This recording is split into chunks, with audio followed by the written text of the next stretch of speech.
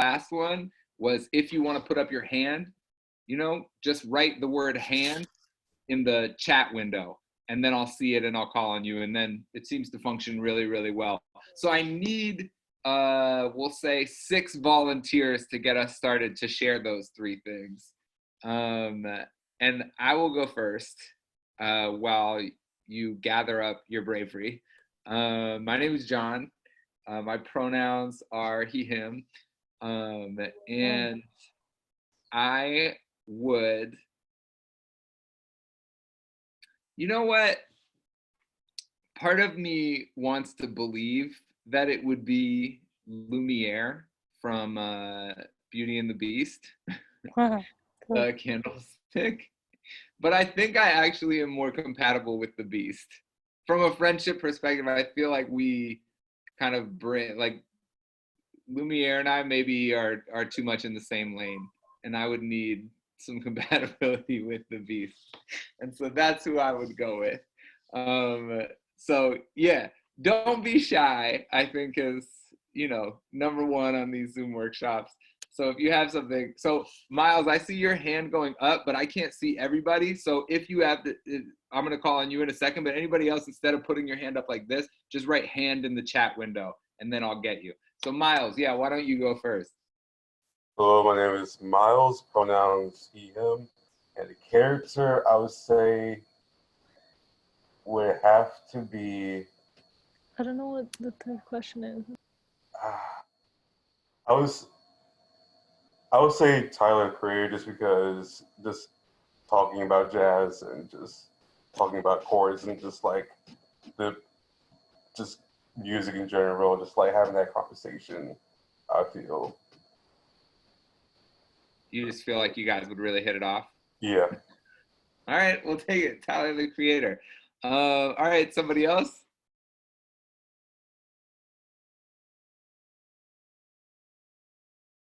All right, Richard, you're up. Hey, everybody. My first thought was the cliche of Holden Caulfield, but then I challenged myself a little bit more, and I thought Asher Lev from My Name is Asher Lev by Chaim Potok. I don't know how many people have read that, but I would highly recommend it. It's about an artist, a young artist who's kind of a prodigy. He's part of an Orthodox Jewish community, and his art is not really looked upon very favorably. And he's got to kind of swim upstream. His parents don't support him, and he becomes a famous painter. And that's all I'll tell you. I don't want to ruin it for you, but it's a great book. All right, we will take it. Somebody else? Ada. Oh wait, Hi. sorry, John. Or we'll go Ada and then John. Go ahead, Ada. Hi, I'm Ada. My pronouns are she, hers. And I feel like I would really hit it off friend-wise with, like, if any of y'all have watched Brooklyn Nine-Nine, like Boyle. He means so well. He's so sweet. But like my best friend and I dynamic is a lot like Boyle and Peralta. And so I feel like we would really be like good friends. Wait, so you're the Peralta in this? I am, yes. I am a huge dumbass, but yeah. I like it. All right, John. John, he, him. I always wanted to be friends with and thought I needed in my life a Corey Matthews from Boy Meets World. Oh my God. Wow. Yeah. Say no more. Yeah, there you go. Maybe one more.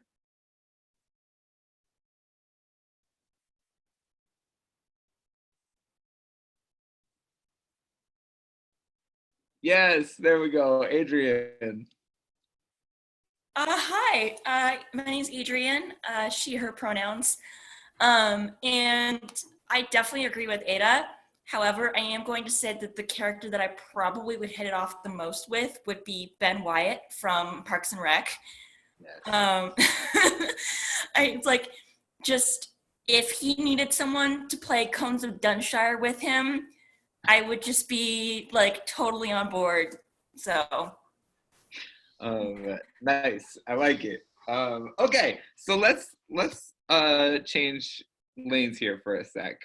One of the, I think, bases, and maybe I talked about this the last time that we were here, I think for this workshop, but also just my philosophy on poems in general, is that when we're thinking of the work that we're creating, ultimately, we are creating something that, and I mean this very literally, is alive.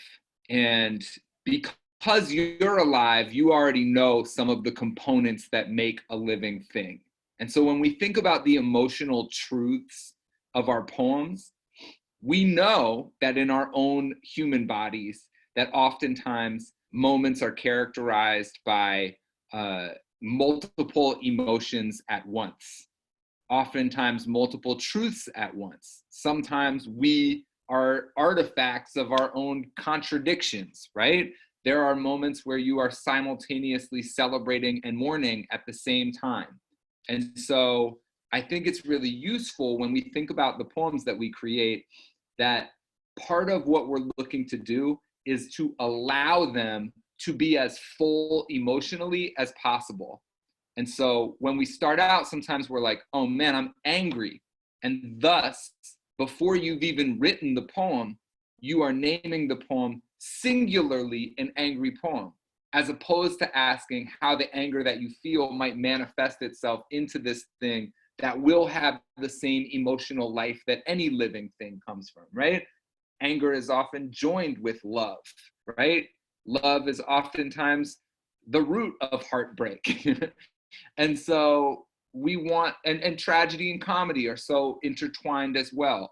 And so part of what we're looking to do is to allow the complexity of the living thing to be the complexity of the poem. And I say allow because ultimately I know that we're the ones who make the poems, but if you can let go enough in the initial crafting, part of it is you chasing behind this thing and trying not to boss it around.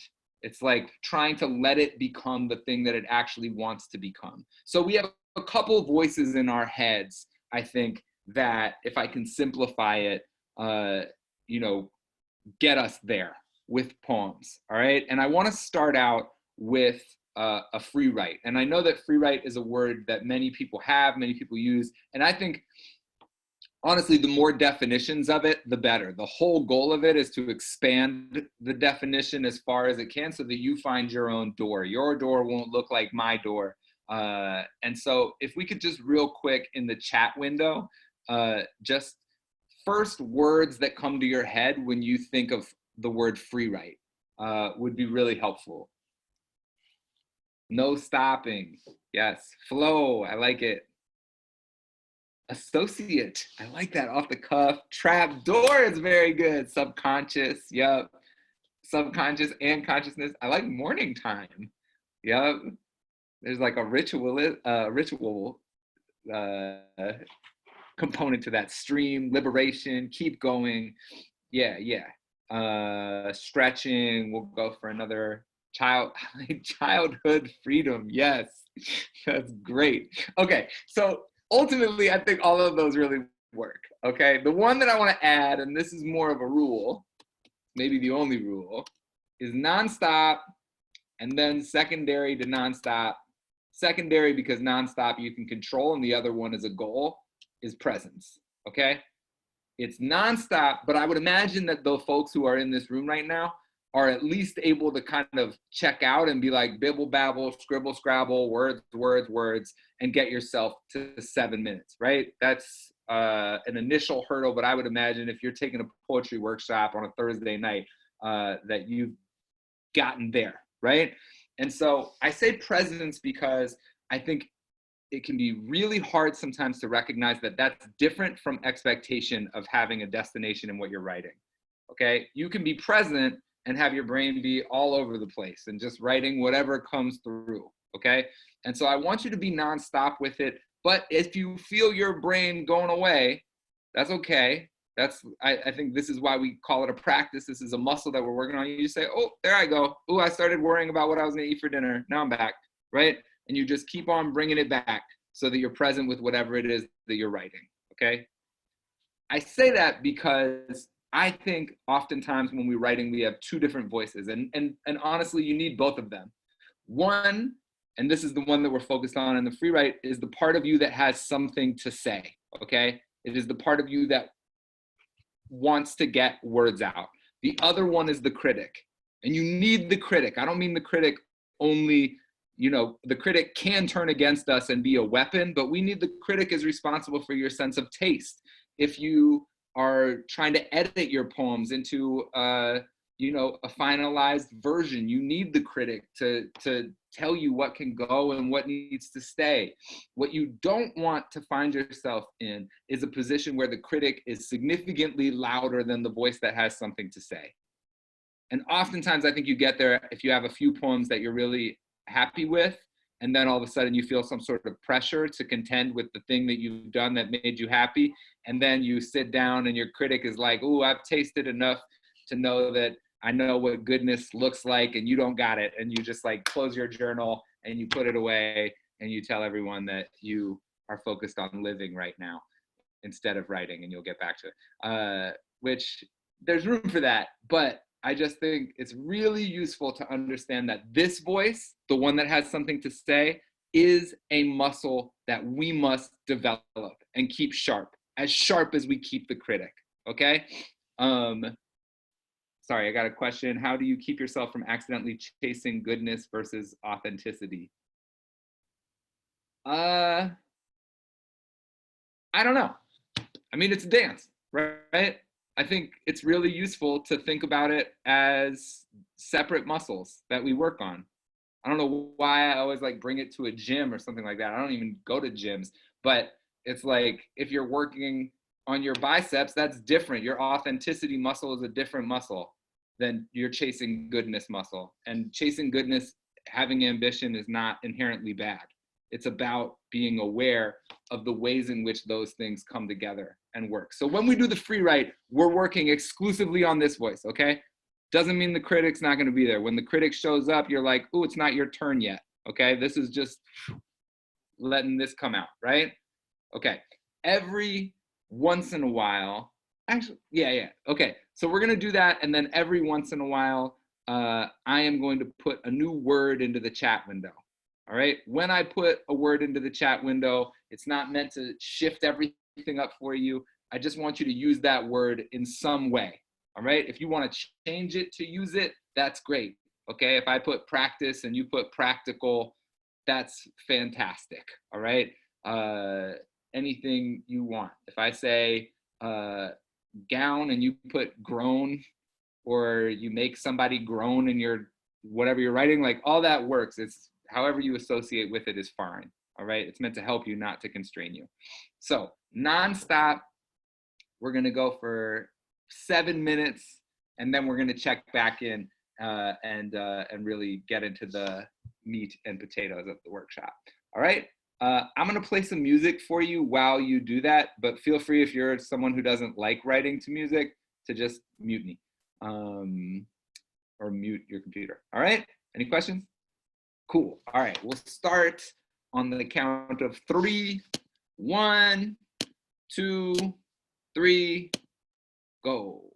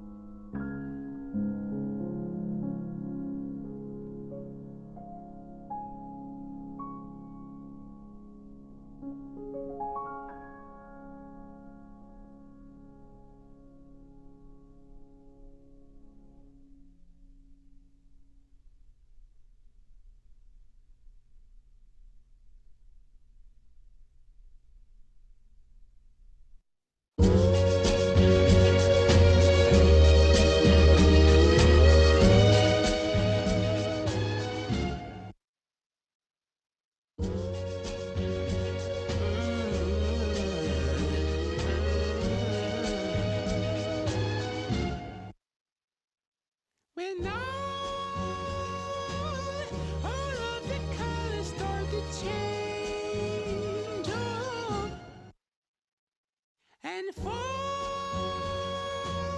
and suddenly it's not the same. Oh, I go my own way, you go your own way. I hope we can make a way. These kind of things fade away. I got my own way, you got your own way. Got about 1 more minute. Farther than Rockaway. Wasn't even fighting on the day-to-day. Wasn't even tired, so just take a break. Wasn't on the menu, but was on the plate. I ate it and I hate it, I ain't like the taste. Nasty, all good moments about the last week. Keep on coming back to harass me. You good lover, you love like we already blood. They say, why do fools always chase the person who makes them black and blue? Break my heart, don't cut me loose. When all of it Start looking for a place to wrap it up. and fall, and suddenly it's not the same. Oh, I go my own way, you go your own way. I hope we can make a way. These kind of things fade away. All right. Hope that felt good. And let's pivot to what we're gonna talk about tonight. Let me just paste this again in case it did not come through. Dang, it's not coming through as a link, but hopefully that is something that you can copy and paste into your own browser. I'll just give everybody a second to do that. Though this is the group of poems, as you're doing that, I'm going to say a couple things. I do kind of feel like, you know how they say about chefs that the real test of a chef is how you make an egg? It's like the most simple test. I kind of feel like the same thing is true for workshop facilitators, except instead of the egg, it's your ode workshop. And today, when I think about what is useful about trying out different kinds of forms, it's like, I think necessary sometimes to separate out the content that you have from the form. And the content, when I say content, I really am talking about the kind of burning ball of fire that is what you have to say, right? It's like ultimately your whole thing. It's your stories, it's how your brain works, it's all of those things. And nobody can teach you that, right? Oftentimes the best that you can get is to read and watch other people who have Venn diagrams that intersect with your own content or your own brain style and say, oh, wow, that's great. That gives me permission. But no one can teach you what it is that you actually have to say, right? And then if you picture that kind of flaming ball of fire that is our content, over that is a dome, okay? And the dome is made of metal doors and they're all locked. And form, ultimately, that's the keychain, right? And so every time you learn a different form, you're like, oh God, this one story that I've been trying to tell, or maybe just this one emotion that I've been carrying around with me unarticulated, like a closed fist, right? And I've been banging on this one door of the dome over and over again, and no one will let me in. And then all of a sudden you're like, oh, puzzles are a thing. And you're like, oh, that's a key. You turn it and you're like, oh, wow, I'm inside, right? And so what these tools do, and I'm saying form as though it's just form poems, but I mean that for metaphors, I mean that for similes, I mean that for repetition, alliteration. The goal with those tools is not to show that you can use them. They're hammers, they're nails. Ultimately, you're trying to build a house, right? And so you want as many of those tools as you need to try to build the thing that you're trying to make, okay? And so odes, I think, do something very specific that is really necessary for us to take a peek at, okay? And so I want to talk about a poet that I love for a second, whose name is Araceli Girmay. I'm positive there are going to be folks on here who know her work, and if you don't, you know, I'm jealous. I'm jealous. You get to watch this for the first time, and I hope you get all of her books. But she was in an interview, and this is the first page. If you look at that Google Doc, as I see a lot of folks are logged in, which is great. And in the interview, she talks about this idea of personification. Personification meaning what it is to address something non-human as though it has human qualities, and to project the human onto the non-human, and to project the non-human onto her own human body, and what happens when she does that. And she does that kind of flawlessly and naturally throughout. But I wonder if I can get a volunteer to help me real quick, and you read the interviewer and I'll read Araceli's before we get into the poems.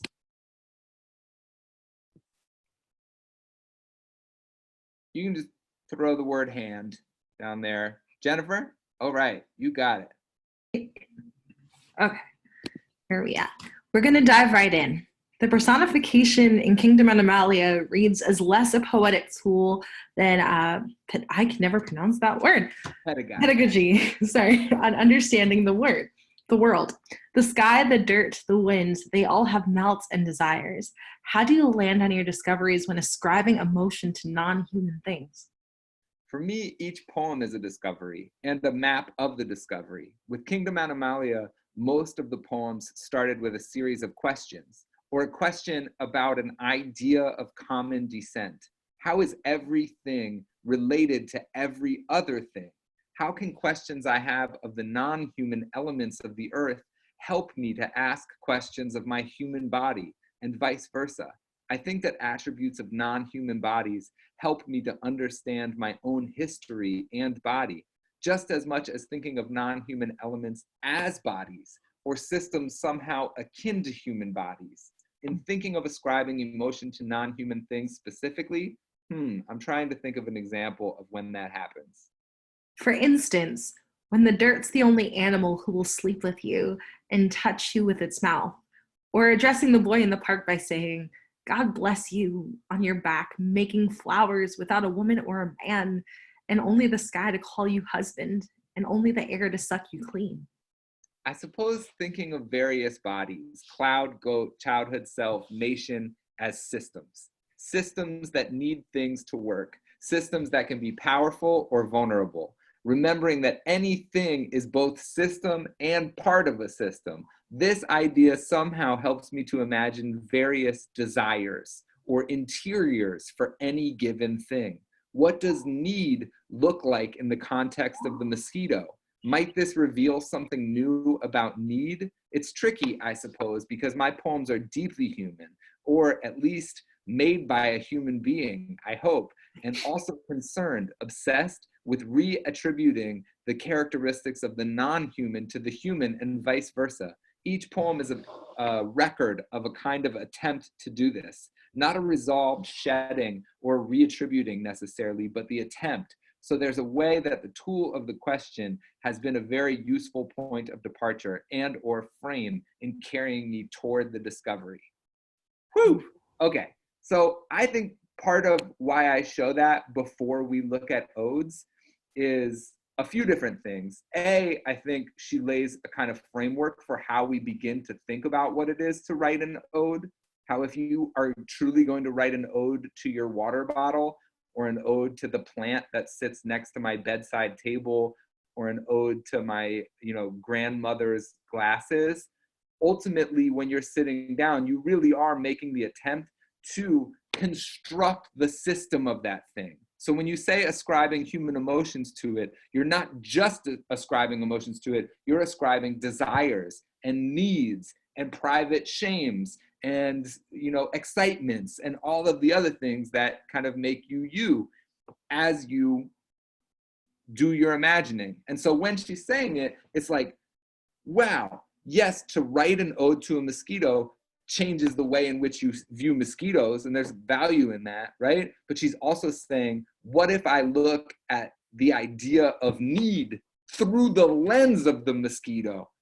What can I learn about my own human desire if I use that lens? It's almost like an Instagram filter, right? It's like it changes everything, and all of a sudden something else comes to the forefront when you use a different lens, all right? And so I kind of think the best way to teach odes is just to flood the space with them, all right? And so we're gonna read a few of them. We won't talk about all of them for time's sake, but I want us to just see where the conversation goes. So after we read these, we'll say 4 different odes, or really 3 odes and 1 elegy, but the elegy kind of fits with the same constraints of the ode. I'm gonna say, all right, which ones were jumping out at you? And then which lines specifically did you like? What did it make you think of? And I know that we have a fair amount of folks here currently, no pressure with your kind of videos muted and stuff, but I hope that you'll hop in to the conversation if you have things to add. And the other thing I will say that I meant to say at the beginning is that, you know, one of the best parts of learning together in a room is the subtle ways in which we affirm each other. And that almost makes it sound needy, but it's not. It's just an integral part of what humanness is. And so sometimes in Zoom spaces that are replicating, you know, communal spaces, there are real advantages of being on the internet. But one of the things that you kind of miss are the subtle ways in which people are like, yeah. Or like people's videos are muted and you miss like the smile or the nod, or just like the little ways that you say like, oh yeah, wait, I'm on the right track. I feel more confident in how I'm thinking. And so I just want to put that out there that you can find ways to affirm each other. I think the chat window is a great one. If somebody says something and you don't necessarily have anything to add, but you like it, throw it in there and be like, hey, really great comment, Adrian. I was thinking the same thing. Anything like that, I think, is a really useful way for us to kind of cook up the conversation in what would, in the way that we naturally would anyway. I don't mean that we fake it. I mean, consider the role of affirmation in communal learning and think about how to contribute that, all right? So let's read these poems, and then hopefully we'll have some folks hop in with some comments. So I need volunteers. I need someone to read Ode to the Maggot. You can just put it in the chat window. You can say me. Wait, I gotta scroll it. Got it. All right, Isaac is gonna read Ode to the Maggot. After that, we have Elegy for a Trojan. I'll give you a warning, this has some sexual content in it, so if you're raising your hand, you know. Hand from Bert. All right. Then we have Ode to the Cranium by Pablo Neruda.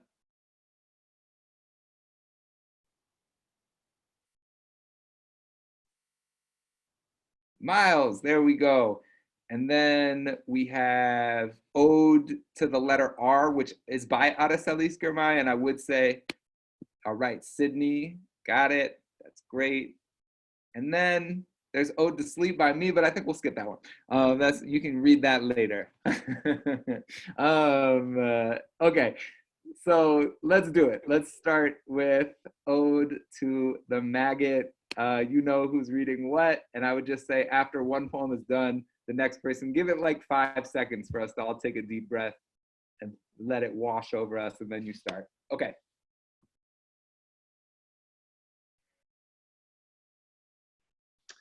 Ode to the Maggot by Yusuf Kumnyaka. Brother of the blowfly and Godhead, you work magic over battlefields in slabs of bad pork and flop houses. Yes, you go to the root of all things. You are sound and mathematical. Jesus Christ, you're merciless with the truth, ontological and lustrous. You cast spells on beggars and kings behind the stone door of Caesar's tomb, or split trench in a field of ragweed.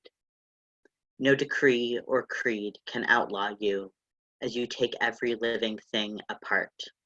Little master of earth, No one gets to heaven without going through you first.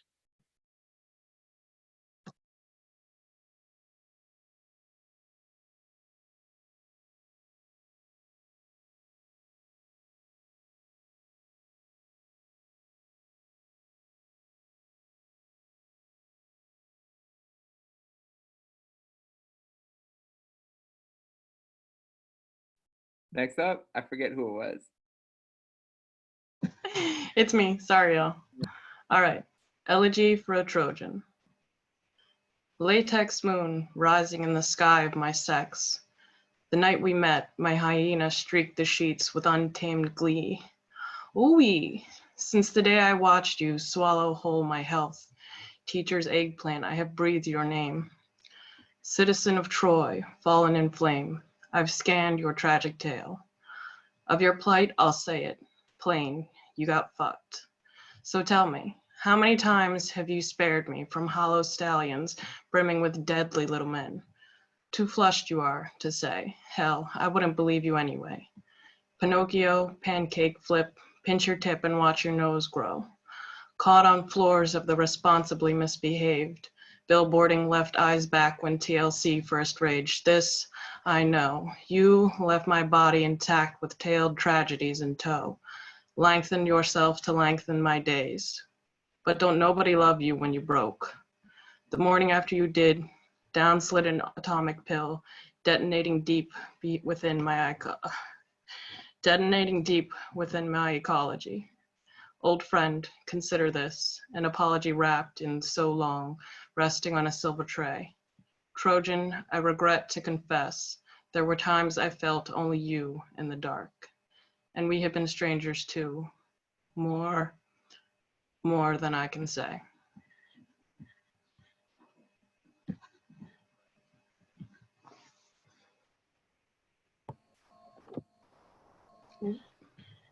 All right, this is Ode to the Cranium. I never noticed it until I fell, until I lost consciousness and rolled outside, my being like the pit of some squashed fruit, all was sleep and darkness, then blood and motion, sudden intense light, the messengers that dispelled shadow, later, the linen of my bed white as the moon, and finally, sleep clinging to your wound like black cotton. This morning, a cautious finger emerged, crept along my ribs, over my abused body, and found the one thing sound as a walnut was my pure cranium. How often in my mature years, in travels and love affairs, I examined every hair, every wrinkle on my brow, without noticing the grandness on my head. Bone, tower of thought, tough coconut, calcium dome, protecting the clockwork, thick wall, guarding treasure infestimal, arteries, incredible circulations, pulse of reasons, veins of sleep, gelatin of the soul, all the miniature ocean you are, proud crest of the mind, the wrinkled convolutions of an undersea cordillera, and in them, well, the fish of movement, the electric corolla, a stimulus, a seaweed of memory. I touch my head, discovering it as in the geology of a mountain, now stripped bare of leaves and the tremulous song of birds. One discovers the hard metal, the skeleton of the earth. And so, wounded still, in this song, I praise the cranium, guardian, thickness, strong box, the cask of life, the kernel of existence.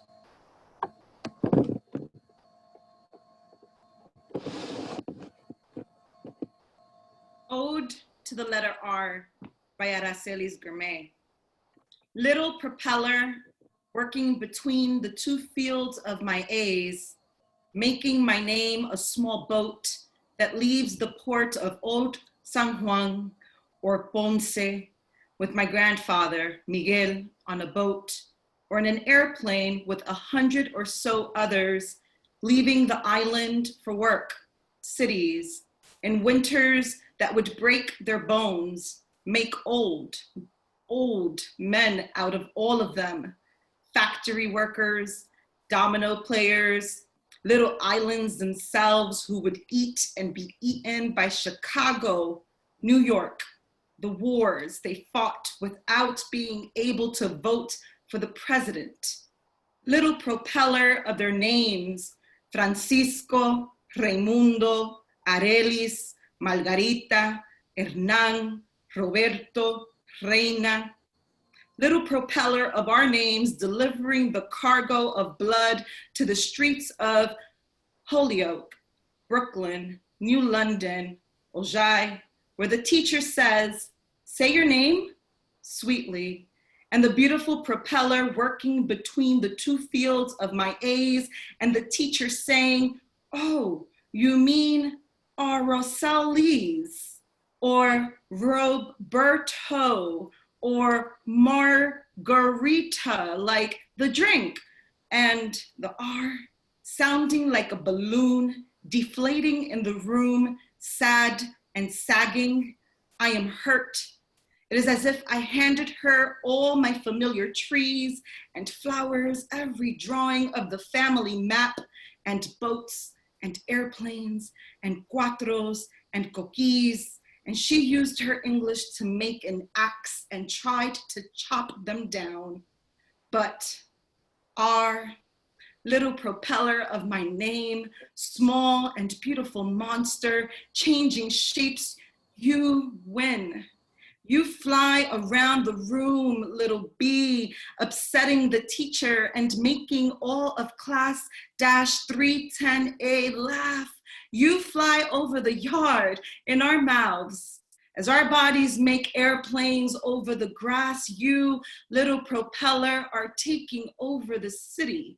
You are the sound of cars racing, the sound of bicycle spokes fitted with playing cards to make it sound like we are going fast.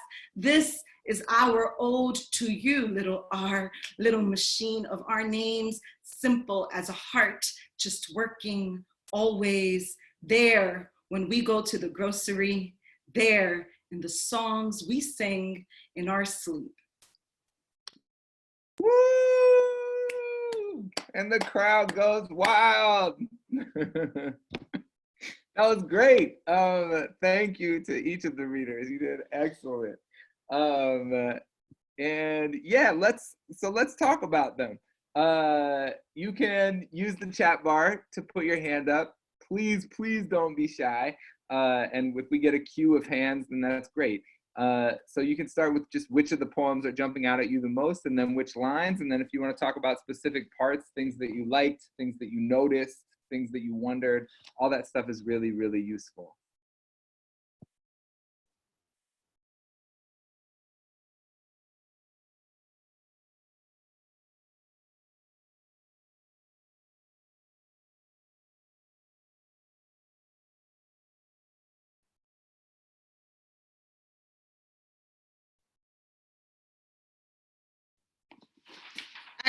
I would have to say that from Ode to Maggot, that first visual of slabs of bad pork, I just, like, that's the part where in the poem I understood what the poet was doing with the maggot and the function of a maggot, and that's something that stood out to me.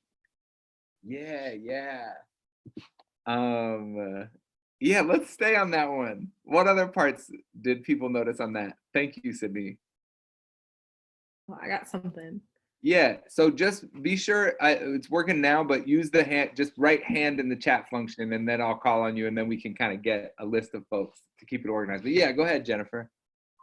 The craziest thing to me is that he pulls out all these metaphorical tricks And I feel like usually we use the metaphors to like lean on, but he almost uses it to make the negative space hit that much harder. So when he got to the line about, yes, you go to the root of all things, it was, creatively speaking, the most artless line, but it was the most artful without needing to pull any of the imagery in. So like when the way that he balanced that and almost created like a figurative rhythm, like in terms of the imagery and where it wasn't and where it was. I haven't seen that done like that, but that's why he's him. Yeah. Yeah. I do think one thing that's really useful in this poem, and this happens in some of these other poems too, is that the relationship between the patience with which the author addresses the descriptions at the beginning and the final revelations of the poem are really, really in sync and not to be dismissed. When we are thinking about ascribing emotions or personifying something, right off the bat in your first 4 or 5 lines, when we talk about like the thing that has something to say and the critic, it's like it almost at the beginning, you know, you're using description and you can trick yourself and be like, oh man, I'm just writing like a riddle or something, you know? And what that means is that you just haven't gotten yet to what the poem is trying to say. You're kind of chasing a feeling. So it's like, brother of the blowfly and Godhead, you work magic over battlefields. You know, as a reader, that doesn't feel like a riddle, but as you start writing it, you might think of it as like, oh, I'm just describing the maggot. And if in this poem he just described the maggot, then it wouldn't hit in the same way, right? But he must take that time to set the stakes with the description. He must take that time to kind of patiently place us in the world of the maggot. And then you do get that like over battlefields and in slabs of bad pork, like Sydney said, and flop houses. Yes, you go to the root of all things. And there we just see like the taking apart of things that the maggot does. But it's once he starts juxtaposing what gets taken apart, all of a sudden we see like the merging of the discovery and then also, you know, the description. And so it's like, oh, you're merciless with the truth on beggars and kings behind Caesar's tomb, like the figurehead of opulence, or split trench in a field of ragweed. And that's a moment where, you know, I don't know, we would have to have Yusuf Kumanyaki here, but I know that he is a veteran and has written about being in the Vietnam War, right? And so you see that split trench in a field of ragweed, and we can sense his connection to this poem without needing that biographical information. But I do think it speaks to, you know, why someone would choose to write about the thing that decomposes dead bodies, right? And so it's not that the reader needs to know your biological relation or biographical relationship to what you have chosen to write about, but I do think trusting the little things that we want to write an ode about is really, really necessary. Adrian, you had your hand up. Oh yeah, I also just want to say that talking out like poems and breaking them down out loud, and just like verbally participating in workshops helps me. And I just don't want to take up a lot of space. So first, I apologize about that. Just being aware of that. What really was clever, I thought to me, was like the way in which you're talking about the things and the imagery and the things that the maggot is breaking down. And then what I thought was really clever was having it the line, Jesus Christ, you're merciless, and then having the line, as you take every living thing apart, and he literally, using those commas, breaks down and is kind of decomposing that line almost. Yeah. I mean, line breaks, you can teach a whole lesson on like line breaks and commas in this poem. Yeah. Let's talk about a different poem. What other ones, what did folks feel? Elegy for a Trojan, Ode to the Letter R, Ode to the Cranium?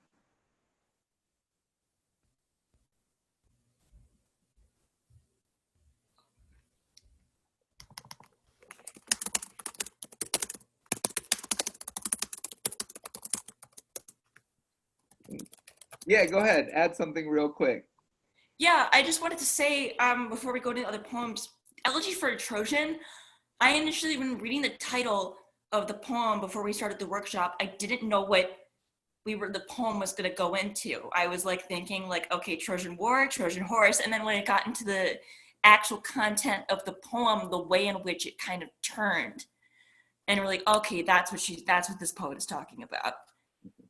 Yeah, it was only through this poem that I was like, oh, that's why they're called Trojans. Like, oh, wow, of course. Yeah, somebody else. Even just lines that jumped out at you. Things you marked down.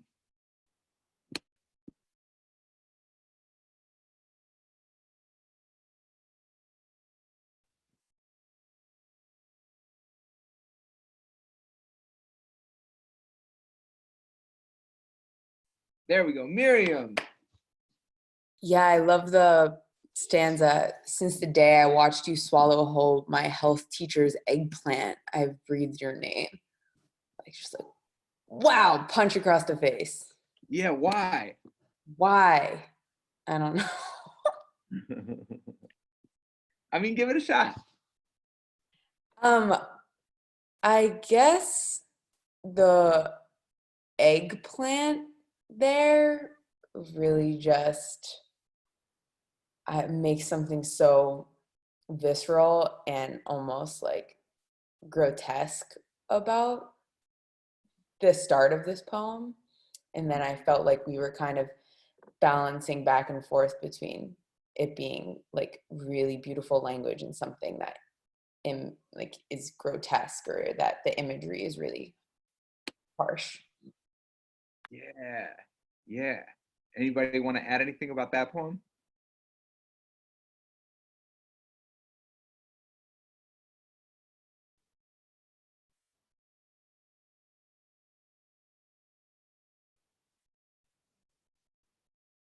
Well, I'll add something. I do feel like one thing that I love about this poem is thinking about it in the framework of that Aracelis Girmay quote of what it is to say, okay, I'm really constructing a system around this idea of the condom.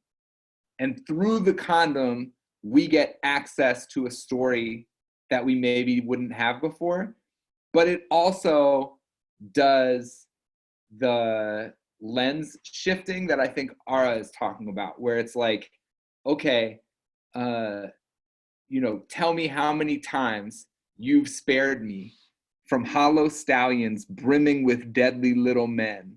Too flushed you are to say, hell, I wouldn't believe you anyway. And it's like, gets all the way down to lengthened yourself to lengthen my days, but don't nobody love you when you broke. And in that moment, you're like, oh God, I feel so implicated in being so mad at a condom that works a million times and then breaks once. And it makes you think, God, what else am I taking for granted? All of the like small favors that are being done for me. And the only time I notice them is when they don't work. And that's true for people too. I'm like, the only time I notice, I'm taking this for granted until the time that you broke, right? And through the patience, again, of the description of the Trojan, we get to see kind of a look into the author's relationship with sexuality in a way that we wouldn't if you tried to tell this from a narrative place of like, first I did this and speaking only of the self. And it's like Trojan, you kind of think that the point of the poem is this idea of the condom breaking and then taking what I anticipate or what I think is like plan B pill, right? The morning after you did, down slid an atomic pill detonating deep within my ecology. I'm like, oh, that's gotta be the discovery. But then she's like, no, I have more to say. Old friend, consider this an apology wrapped in so long, resting on a silver tray. Trojan, I regret to confess, there were times I felt only you in the dark. and we have been strangers too, more than I can say. Can someone just tell me what you think those last two stanzas mean?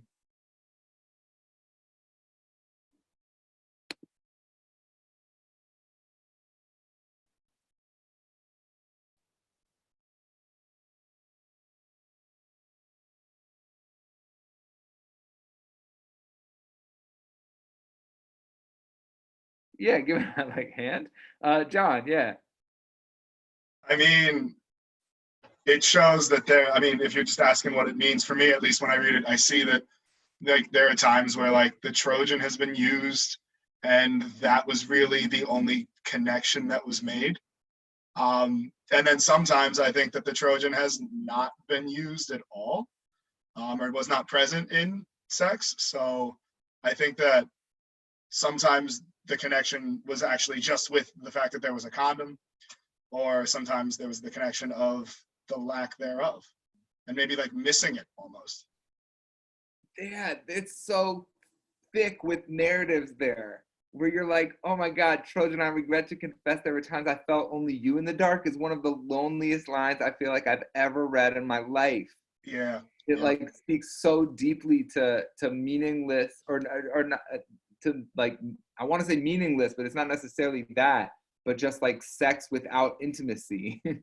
And it addresses it physically, but it also, I think, the emotion of the poem, it holds that same feellessness, you know? And then, and we have been strangers too, more than I can say. There is something in there that's like, oh my God, you've just addressed how you could only feel the condom in the dark as opposed to the person wearing the condom. But then it also is like this final twist of like, and sometimes there's been no condom. And it chooses to leave us on that note. And I guess I feel like this is such an important one for us to look at, because oftentimes when we're using this ode form, we don't know the final discoveries that we're working towards. And it's really about allowing yourself to be surprised by it. And so when we pick what we're going to write an ode to, and we're going to do some pre-writing here to help us, I think part of our goal is to really keep an eye out for which topics we're gravitating towards, even if we don't know exactly why. So let's shift. Let's do some pre-writing. We're gonna do a series of lists, and on these, speed is the name of the game. All right. So if you're doing it right, probably half of the things you put down, you're like, oh, I don't know. I guess this, and then you keep going. Right. It's almost like fishing or something like that. Like you're casting a line, and we'll see what you catch and what you don't. And then when it comes time to write, you'll have a bunch of stuff that were the first things that came to your mind. So it kind of outpaces your brain a little bit. So first we need to find out what we're going to write an ode to. All right. So don't put too much weight on any of these one things. This is like we start with the lightning round. All right. I want you to first put a physical representation of a place that you know well. All right. I grew up in Cincinnati, Ohio in the 90s, and I would put cargo shorts. They're a physical representation of a place I know well. All right. So think about it. It doesn't have to be clothing. It could be a specific like storefront. It could be a food. It could be whatever it is that's like unique to the place that you know well. So one physical representation. You're gonna have like 15 seconds for each of these.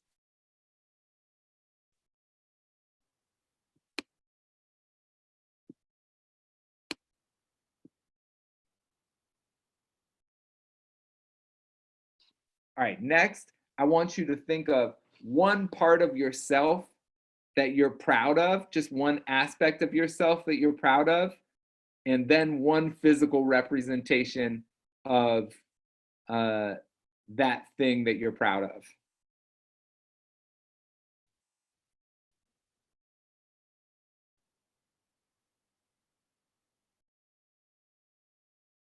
So if I'm like, I'm funny, I might be like, ode to the laugh.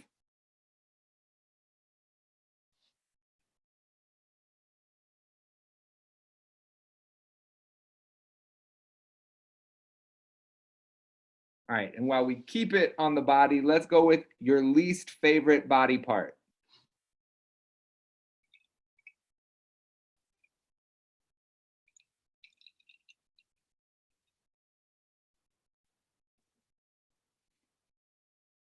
Then we'll do object you use on a regular basis that you love.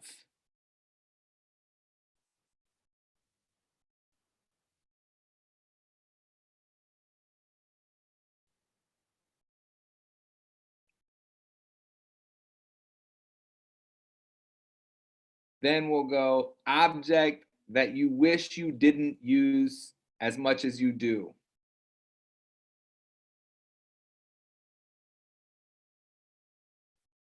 And I might avoid putting your phone, but it could work. But I've just seen a lot of like attempts at ode to my phone, and sometimes it just doesn't quite hit.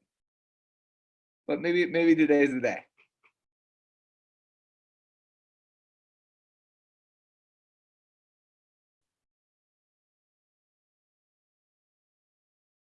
Next, let's go with most important object to your mother or guardian.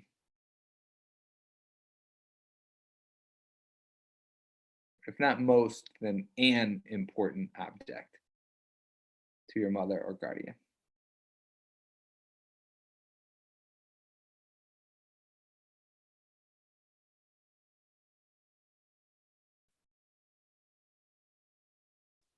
Then we'll go with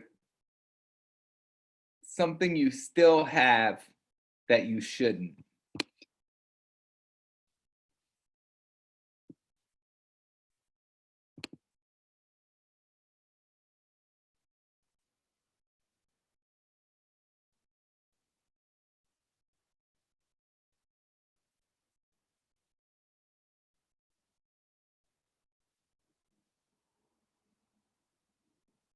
Then we'll go with a state of being, loneliness, lust, anger, depression, elation, connection, a state of being.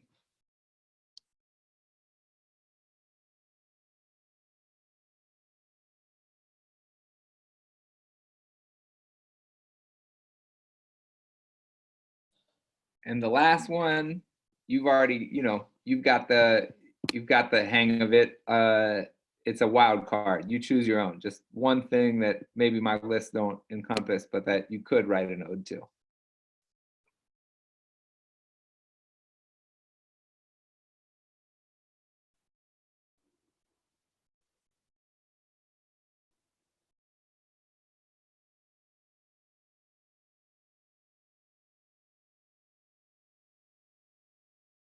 All right, looking at those, I want you to put a circle around the one that's carrying the largest emotional charge for you. The one that's like, okay, I don't know why, but I'm very gravitating towards that one. Okay, so I want you to circle that, and then we're gonna do some quick listing on that.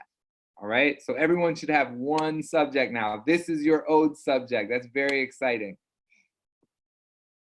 And I'll put them in the chat. We'll start with, again, we're addressing this now as a system, okay? It is its own system. 2 good things your subject has done for you. So inherently, you'll be personifying this thing. So whatever creative ways you have to do that, that's great.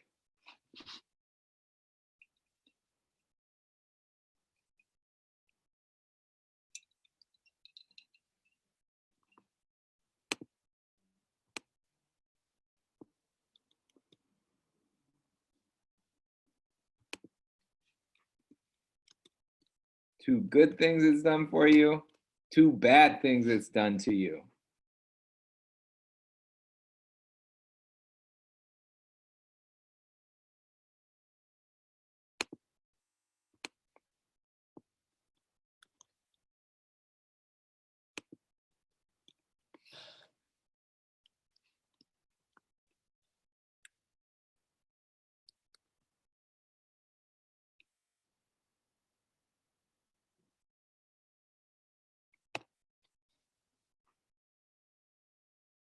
2 things it does when you're not around.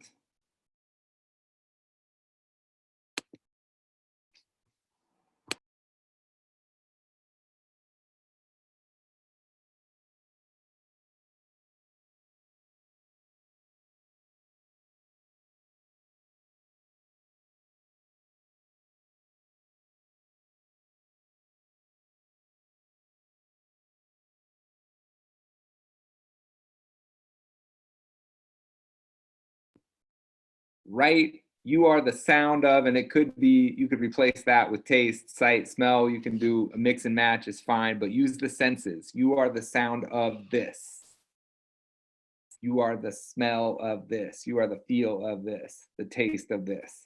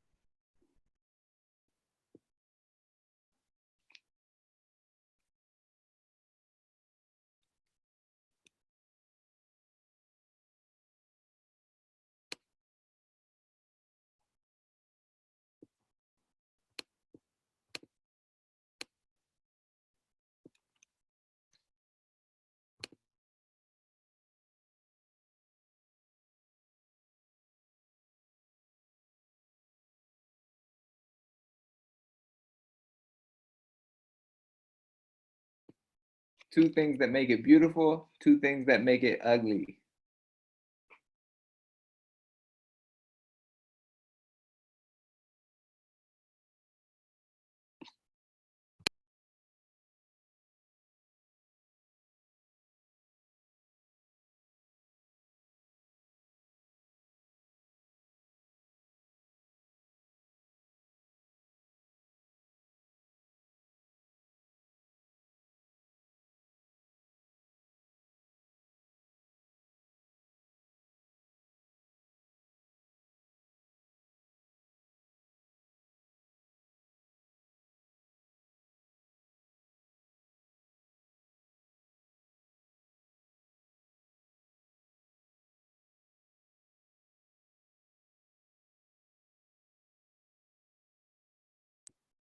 For some reason, it doesn't look like the last one that I'm putting in is posting, but the last one is, if it were to die, what would you say at its funeral?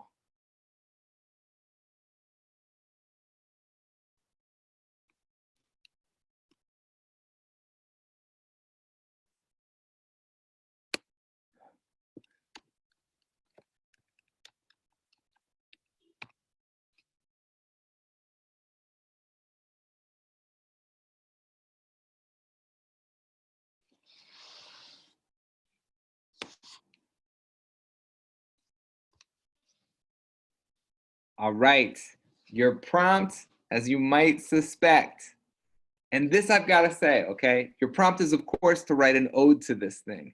2 things to note, all right? Really be looking for the relationship between patience, description, and discovery, okay? Your job at the beginning, unless you already know exactly where you're going, right, is to really allow the patience and description to describe this this thing, right? And so ultimately what you want to do is plot forward. You're playful, you're patient, and when you see discovery, when an avenue into story comes, then you are ruthless in the pursuit of that discovery. Through the discovery, you find the urgency of the poem, all right? And so really, as you're writing, you're setting the scene and you're looking for that moment of emotional heat. And when you feel it, I want you to go towards that, all right? There are literally no rules. You might be writing the ode form at the beginning and then break it completely, okay? I kind of think that prompts are like, we all are at the top of a big hill, we get a little nudge, and then we end up in very different places, okay? And so some people find empowerment through the constrictions of the prompt. Some people just want to take it and run whichever way they're going to go. No way to do it wrong. we're kind of moving from a social space into our personal space, and that is your space. All right. So here's what we're going to do. We're going to take about, it looks like we're going to run past the 8:30 Eastern Standard Time, but I'm cool with it if you're cool with it. And so I want to give you 25 minutes, and I would say really try to write a whole first draft. Try to avoid the space of like, I'll take a few notes and I'll write it tomorrow or something like that. Like, we're here, you got 31 other people who are all doing it in their own separate place. Really try to get a full first draft done before you start thinking of whether it's good or bad or any of those things. All right. So 25 minutes. After 25 minutes, I'll play some music to kind of bring everybody back in, but obviously feel free to step away, mute your thing. And when we do, we'll do a quick share out for those who want. All right. Sound good? Any questions? Excellent. All right, let's do it. Ready, break.